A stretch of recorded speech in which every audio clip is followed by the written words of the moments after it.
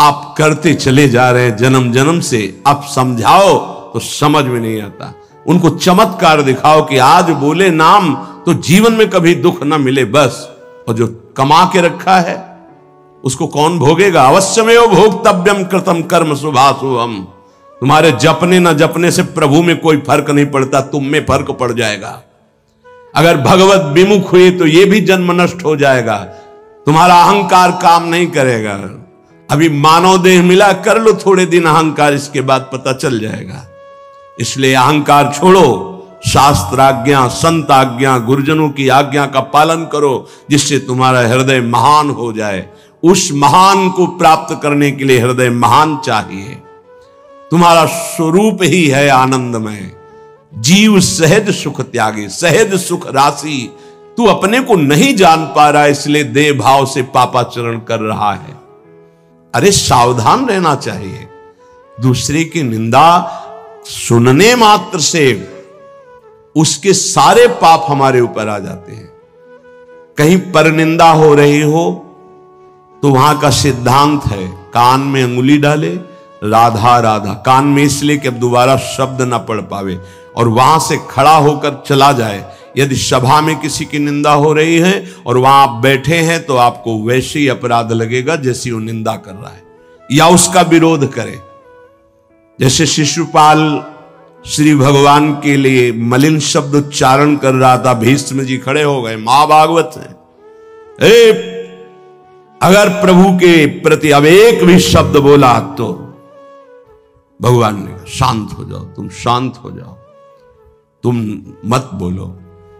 कुछ राजा शिशुपाल के पक्ष के थे, आवेश में भीष्म जी आ गए। अगर श्री कृष्ण को कोई एक शब्द भी बोले, मेरे आराध्य देव पूरी सभा के ऊपर पैर रखता हूं, अर्थात हर वीर को ये मैं कह रहा हूं कि अगर श्री कृष्ण के विपक्ष में कोई बोला तो मैं रौंद दूंगा। केवल मैं भक्त ही नहीं हूं, मैं महाबली हूं। त्रिभुवन में कोई ऐसा जोड़ नहीं जो भीष्म अपने स्वरूप में आ जाए।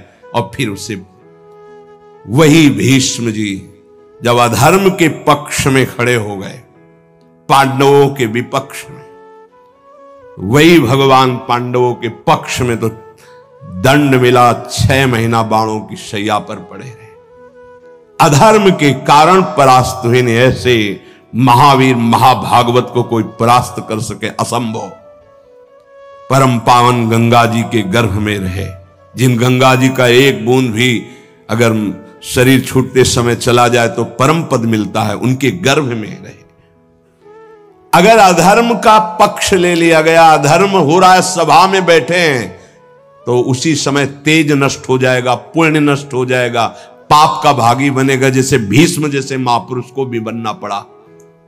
सभा में उधर ही बैठे और वही ही महाभागवतों की निंदा और अपमान हो रहा है, खड़े होकर चले जाना चाहिए। जैसे विदुर जी खड़े हुए और छोड़ दिया, आज के बाद तेरा अन्न नहीं पाएंगे, दुर्योधन इस सभा में नहीं आएंगे।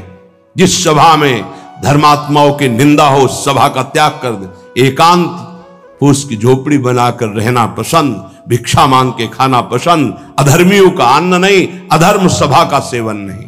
तो भगवान विदुरानी जी के घर गए थे। पर निंदा सुन श्रवण मलिन, बचाना चाहिए श्रवणेंद्री को। जहां किसी की निंदा हो, अब तो शौक है इस बात का, निंदा करने का और सुनने का एक व्यसन है। अपने को बड़ा अच्छा साधक मान लेना, दूसरे को हे मानकर उनकी निंदा करना, ये क्या कर रहे हो? अपने जीवन को गर्त में गिरा रहे हो। पर निंदा किए ते आवत नहीं कछु हाथ, मूर्ख पर्वत पाप को ले चल अपने साथ। बचन दोष पर गाए, दूसरों की विषय की चर्चा करने का समय कैसे मिलता है लोगों को? नाम जप करो, अपने विषय में सोचो, तुम्हारा मंगल कैसे होगा, तुम निष्पाप कैसे होगे, तुम्हारे दुखों की निवृत्ति कैसे होगी, तुम अपने कर्तव्य का पालन कैसे करोगे, तुम्हारा धर्म क्या है, इस विषय में सोचो।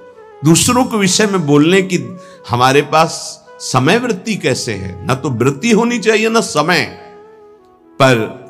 पर निंदा सुनकर श्रवणेंद्री मलिन हो गई और पर निंदा करके वचन मलिन हो गए और अपने प्रभु से विमुख होकर, हरि से विमुख होकर सब अपवित्र हो गया। शरीर अपवित्र, इंद्रियां अपवित्र, हृदय अपवित्र, स्वभाव अपवित्र। तुलसीदास व्रत दान ज्ञान तप शुद्धि हेतु श्रुति गावे, राम चरण अनुराग नीर बिनु मल अति नाश न पावे। खास बात है, शास्त्रों में बहुत वर्णन है। पाप नाश के बहुत से उपाय हैं, बड़े बड़े व्रत, कृच्छ चंद्रायण आदि व्रत, उपवास करने से कुछ पाप क्षीण होते हैं, लेकिन पाप प्रवृत्ति का नाश नहीं होता। शास्त्र ज्ञान भी पाप निवृत्ति का उपाय है, तपस्या भी, बड़े उपाय शास्त्रों में वर्णन किए पाप नष्ट का। गोस्वामी जी कह रहे भगवान के अनुराग के बिना, भगवत प्रेम के बिना जड़ मूल से हृदय निष्पाप नहीं होता। पाप की जड़ है प्रवृत्ति, वासना, कामना, तृष्णा, स्पृहा। इनका जड़ से नाश हो जाता है जब हृदय प्रेम से द्रवित हो। अपनापन जब प्रभु से होता है, मेरे प्रभु, जहां हृदय में द्रवण क्रिया हुई, आंखों में अश्रु बहे, वो जो पवित्रता होती है, मम भक्ति युक्तो भुवनम पुनात, लोगों को पावन करने की सामर्थ्य उसमें आ जाती है। ये अनुराग प्राप्त करने के लिए मानव देह मिला है, हरि अनुराग। प्रेम प्राप्त करने, कहां प्रेम लग, जरा सी बात हमारे प्रतिकूल हो, हमारी गुरु निष्ठा, भगवान निष्ठा पता नहीं कहां माया किस कोने में कर देती है कि उस समय में हम केवल उस सामने अनुकूलता को देखते हैं, प्रभु को नहीं देखते, प्रभु के विधान को नहीं देखते। ये नहीं समझ पाते कि हमारे सामने प्रश्न उपस्थित हुआ है, अब हमें अपनी इष्ट निष्ठा, गुरु निष्ठा को परिपक्व रखना है। साधन में उन्नति अपना पुरुषार्थ और गुरुदेव की कृपा, भगवत कृपा दोनों चाहिए। अगर पुरुषार्थ नहीं करोगे तो कृपा है उसका स्वाद नहीं ले पाओगे। कृपा रसोई बना करके सामने रख देना थाल, पुरुषार्थ उसे पाना।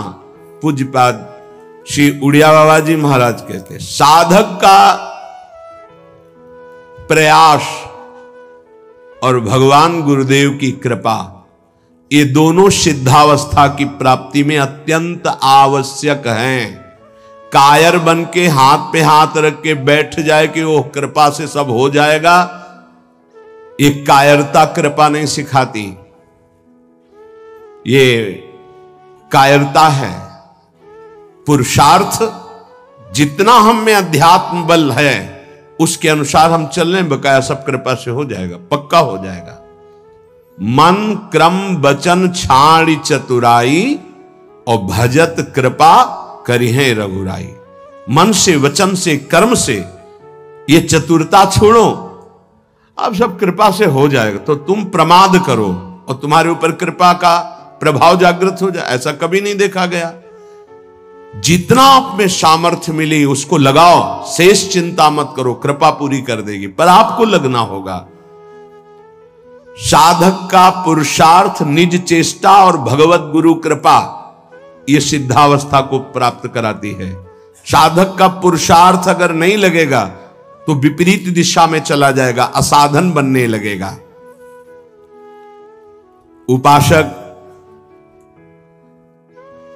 गुरु को कभी मनुष्य न समझे, भगवत विग्रह को कभी धातु का न देखे कि पत्थर की मूर्ति है कि अष्ट धातु की है कि ये काहे, ऐसा कभी प्रश्न न करे। इष्ट देव का अवतार होता है अर्चा विग्रह रूप में, अर्चावतार। दो प्रकार से प्राण प्रतिष्ठा होती है, एक होती मंत्रों के द्वारा और एक होती भाव के द्वारा। निरंतर जो मंत्राकार वृत्ति की हुई भजन में डूबे हुए महापुरुष है, जब तदात्म वृत्ति से श्री विग्रह की तरफ देख ले, उसी समय हलचल पैदा हो जाएगी। प्राण प्रतिष्ठा हो गई, छाती से लगा लिया, प्राण प्रतिष्ठा हो गई। मंत्रों का एक अनुष्ठान वैदिक सिद्धांत से और एक है भाव सिद्धांत। धन्ना जाट के भांग के बट्टा में कोई प्राण प्रतिष्ठा मंत्र से नहीं हुई, भाव से भगवान प्रकट हो गए थे। सिलपिल्ले बाई के भाव से भगवान प्रकट। जब हम अपने प्रभु को अपने प्रभु की भावना से प्यार से देखते हैं तो वहीं प्रकट हो जाते हैं। जैसे खंभा फोड़कर नरसिंह भगवान प्रकट हो गए प्रहलाद जी के लिए, भाव से देखा। नामदेव जी ने तो कुत्ते से भगवान प्रकट हो गए, भाव से देखा भूत से भगवान प्रकट हो गए। तो फिर श्री विग्रह में भगवान नहीं प्रकट हो जाएंगे जब भक्त भाव से देखेगा। और भाव ना हो तो भगवान में भी भगवान नहीं दिखते। दुर्योधन को कहां दिखते थे? दुर्योधन दुशासन इनको नहीं दिखते थे, भगवान में भी भगवान नहीं दिखते। गुरु को मनुष्य समझना, भगवद विग्रह को धातु या पाषाण का समझना, गुरु मंत्र को साधारण शब्द समझना, चरणोदक को सामान्य जल मानना, भगवत प्रसाद को भोजन मानना, अन्न मानना, साधु की जाति पर दृष्टि रखना, ये उपासक को सावधानी पूर्वक त्याग कर देना चाहिए। ये उपासना के बड़े विघ्न हैं। यदि ऐसा भाव बना रहेगा तो उपासना सिद्ध नहीं होगी। कभी कभी चूक हो जाती है। प्रसाद में अन्न या फल दृष्टि नहीं रखी जाती, सिर्फ प्रसाद। और वैष्णव पद्धति है, प्रसाद का किनका मुख में अगर डाल लिया जाए तो कोई भी व्रत भंग नहीं होता, चाहे निर्जला ही क्यों न हो। भगवत प्रसाद में ये भाव नहीं रखा जाता कि ये अन्न है या अमुक वस्तु है, नहीं। प्रसाद में यदि भोजन अन्न वस्तु, आज अन्न है तो कल प्रसाद कैसे हो जाएगा?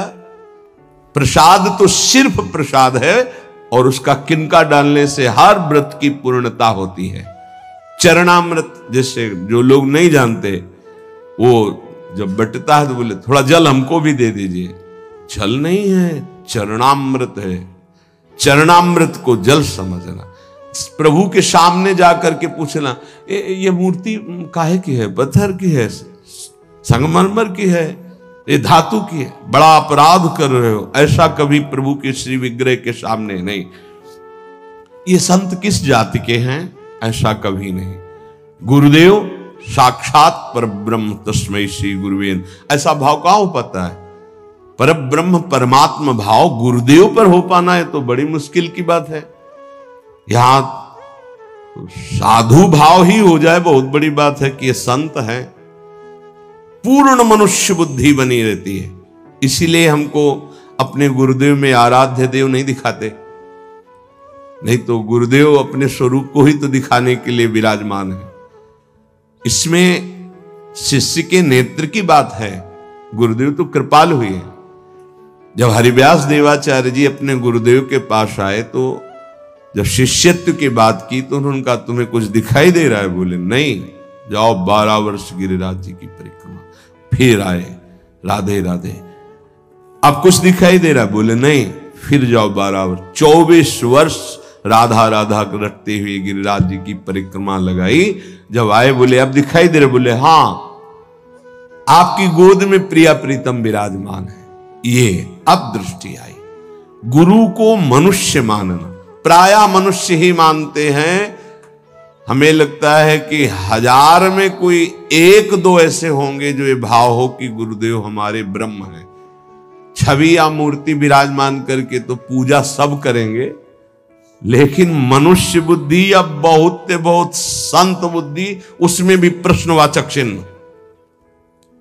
साक्षात पर ब्रह्म कहने को तो सामने जाके बोलेंगे गुरुर् ब्रह्मा गुरुर्विष्णु गुरुर्देव महेश्वरः गुरु साक्षात पर ब्रह्म तस्मै श्री गुरुवे नमः। विचार करो, इसमें से एक भी माना है तुमने? गुरु को ब्रह्मा माना है या हरि माना है या शिव माना है या साक्षात परब्रह्म माना है, बड़ा मुश्किल है। केवल कह देना अलग, बोले होना भी तो चाहिए साक्षात परब्रह्म। केवल बातों से कोई परब्रह्म थोड़ी हो जाता है। तो पाषाण में परब्रह्म था क्या? वो तो अव्यक्त था, तुम्हारे भाव से व्यक्त हुआ ना। तुमने परब्रह्म की भावना की तो मुस्कुराता हुआ ब्रह्म प्रकट हो गया। तो गुरुदेव तो चैतन्य ब्रह्म है। आपकी भावना यदि हो जाए, कुत्ते से विट्ठल भगवान प्रकट किए, तो भावना ही तो की कि प्रभु प्रभु सूखी मत खाओ, थोड़ा घी रोटी मिला, नाथ आपके लिए ही तो है।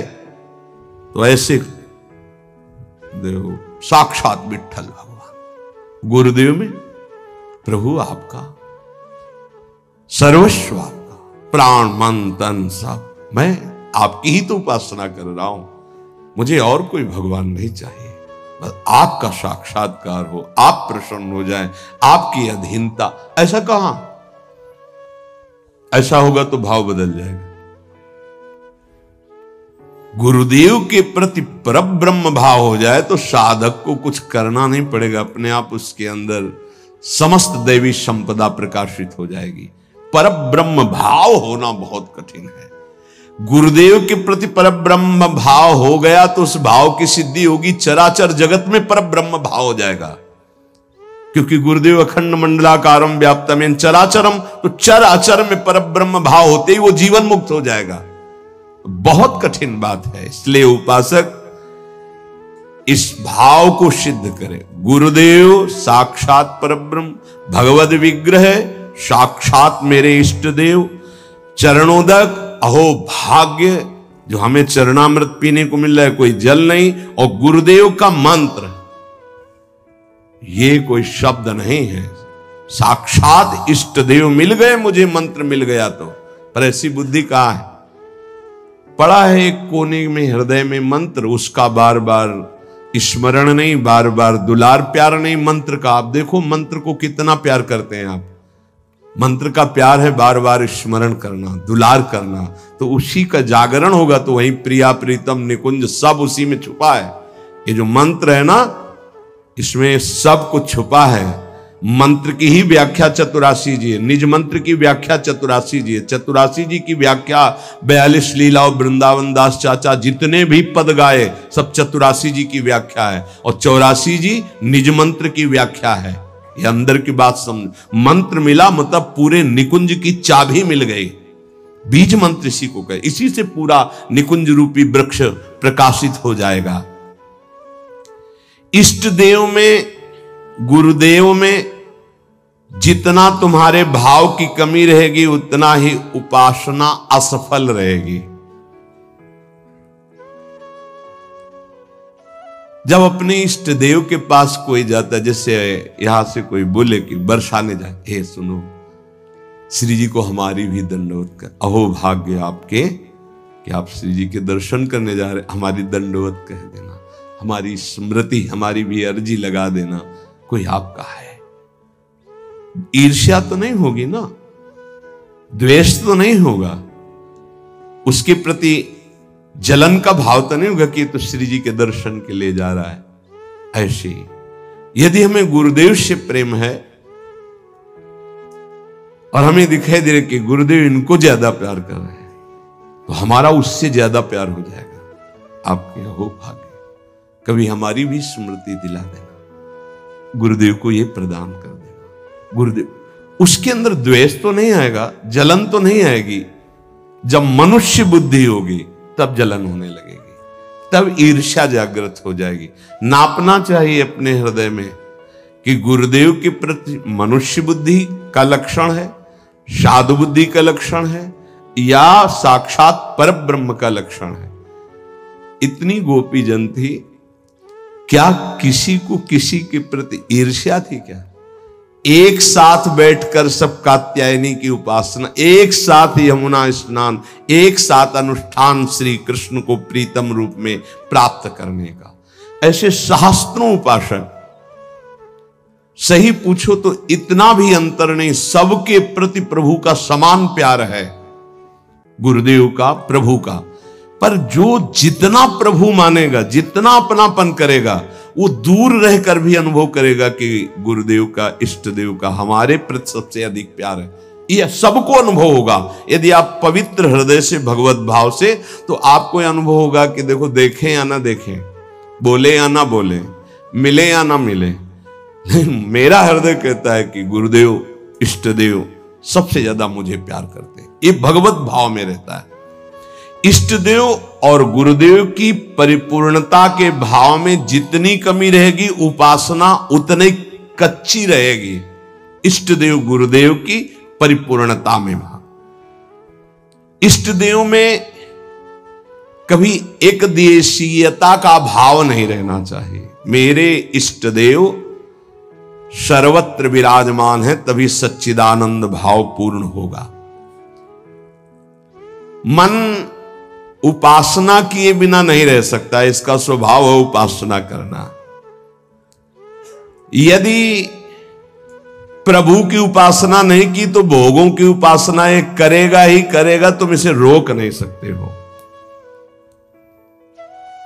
अगर ये भोगों की उपासना करेगा तो दुख, चिंता, भय, शोक, मृत्यु, इससे तुम बच नहीं सकते हो। और मन का स्वभाव उपासना करना, ये बिना उपासना किए नहीं रह सकता। यदि प्रभु की उपासना नहीं की तो विषय की उपासना करेगा, इसलिए बचाओ इसको विषय उपासना से और प्रभु की तरफ लगा दो। तो बोले, ये जानते हुए कि ये विषय उपासना पाप कराएगी, फिर भी हम इसे क्यों नहीं रोक पाते? तो श्री भगवान कह रहे हैं कि तुम्हारा ज्ञान 3 तरह से ढक गया। पहला, अग्नि में जैसे धुआं पर अग्नि है, अर्थात ज्ञान है, पर धुआं हट जाए तो सही ज्ञान दिखाई दे, ऐसे पहली स्थिति उपासक की विषय उपासना की तरफ, काम वासना की तरफ जब होती है, उस समय एकदम वो ज्ञान जागृत करने के लिए सत्संग आदि का सहयोग तो बच जाएगा। नहीं, दूसरी आती दर्पण में मल की तरह, अब उसमें बड़ा प्रयास करने पर। तीसरी आती है जेर में ढका हुआ गर्भ, अब उसमें समझ में ही नहीं आता कि क्या ठीक है क्या नहीं ठीक है, जो वासना आई वैसी क्रिया हो गई। आवृतम ज्ञान में तेनो ज्ञानिनो नित्य वैरिणा काम रूपेण कौन्तेय दुष्पूरेणानलेन च। हे कुंती नंदन, ये काम अग्नि है, ये कभी तृप्त होने वाला नहीं है। जैसे अग्नि में धीरे धीरे घी डालो तो भड़केगी, वो शांत नहीं होगी। ये ज्ञानियों का बहुत बड़ा दुश्मन है, तो अज्ञानियों का मित्र है। काम से ही तो सुख का अनुभव करते हैं। संसार में शास्त्रों की संख्या में केवल काम सुख के लिए ही सारा चिंतन है। देख लो, हमें पढ़ना लिखना है, खूब रुपया कमाना है, अपनी कामनाओं की पूर्ति करनी। काम का सीधा तात्पर्य केवल एक ही इंद्रिय से नहीं, सर्वेंद्रियों के भोग से है। अगर ये दुश्मन है तो किनका है? जो इस संसार रूपी महान दुखालय से मुक्त होना चाहते हैं। वैसे है तो दुश्मन उनका भी, क्योंकि दुख, शोक, चिंता, भय, पाप आचरण कराता है, पर वो मित्र मानते हैं, इसी से वो सुखी होना चाहते हैं। ज्ञानिनो नित्य बैरिणा, ज्ञानियों का ये दुश्मन है। तो कोई ऐसा न समझ ले कि ज्ञानियों को भी काम परास्त करता है क्या? तो यहां ज्ञानी शब्द शास्त्र ज्ञानी से, ब्रह्मबोध से नहीं है। ब्रह्मबोध संपन्न महापुरुष के हृदय में नहीं स्वात्मा रामम विषय मृग तृष्णाम भ्रमयति, भ्रम पैदा ही नहीं कर सकती माया। जहां आता है जो ज्ञानिन कर चिता परई बरियाई विमोह बस करई, वो शास्त्र ज्ञानी, ब्रह्मबोध संपन्न महापुरुष नहीं, वहां गुंजाइश ही नहीं है। जैसे भगवत प्रेमी महात्मा नहीं, अभी वैदिक भक्ति, गौड़ी भक्ति तक हो सकता है, लेकिन अनुराग, जहां अनुरागात्मिका भक्ति जागृत हुई, प्रेम लक्षणा भक्ति, वहां प्रवेश नहीं किसी विकार का। ऐसे ही शास्त्र ज्ञान साधना तक हो सकता है काम का प्रभाव, लेकिन ब्रह्मबोध संपन्न महापुरुष के हृदय में नहीं। ऊसर बरसई तृण नहीं जामा, संत हृदय जिम उपज न कामा।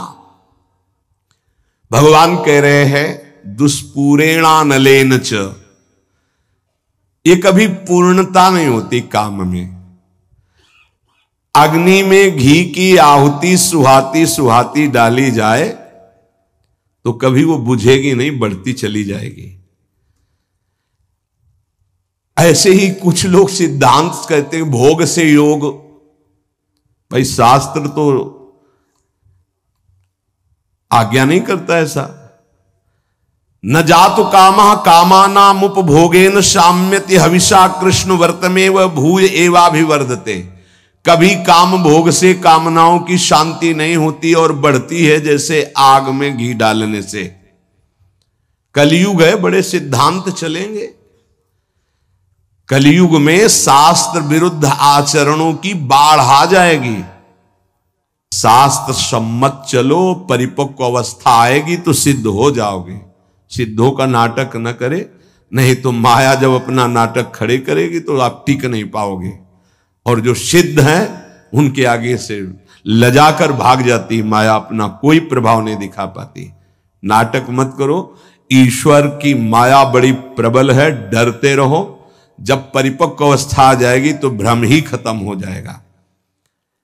आजकल नए नए सिद्धांत बनाए जाते, नई नई बातें प्रकट की जाती हैं। ये समझ में नहीं आता कि शास्त्र सम्मत आचरण करने वाला महापुरुष ही सिद्ध होता है, शास्त्र विरुद्ध आचरण करने वाला नहीं। जिस समय माया ये देखेगी कि तुम मायापति के भी ऊपर सिद्ध हो गए हो, फिर वो जब प्रश्नवाचक चिन्ह खड़ा करेगी तो फिर नहीं निकल पाओगे। यहां बड़े बड़े झुक के निकले हैं, कोई भी हो। इसलिए हर उपासक से प्रार्थना है कि दंभ नाटक पाखंड न किया जाए। धैर्य पूर्वक चलोगे तो सिद्ध हो जाओगे। तुम्हारा जन्म ही हुआ है सिद्ध होने के लिए। कभी भोगों से योग की प्राप्ति नहीं होती। जगत गुरु भगवान श्री कृष्ण से बढ़कर कोई ज्ञानी नहीं है। त्यागात शांतिरनंतरम भगवान के शब्द हैं, और ये भी भगवान के शब्द हैं। और लोगों का मन यही चाहता है कि कोई ऐसा मार्ग मिले जिससे मनमानी भोग भोगने को मिले और योग भी हो जाए। फिर क्या है, फिर तो भीड़ वही लगेगी जहां भोग से योग है। भोग त्याग से योग, उसमें तो कोई बिरला। कोई एक पाव भगत जी में मोरी। आज शास्त्र की मर्यादा को ही नहीं समझा जाता है। जो जितना मन, फिर अंत में बड़ी दुर्गति होती है। मनमानी आचरण करने वाले की अंत में बड़ी दुर्गति होती है। इसलिए सावधान, तस्मात् शास्त्रम प्रमाण। आज तक ऐसा कोई सिद्ध महापुरुष नहीं हुआ जो शास्त्र मर्यादा के विपरीत आचरण सिद्ध होके करता हो।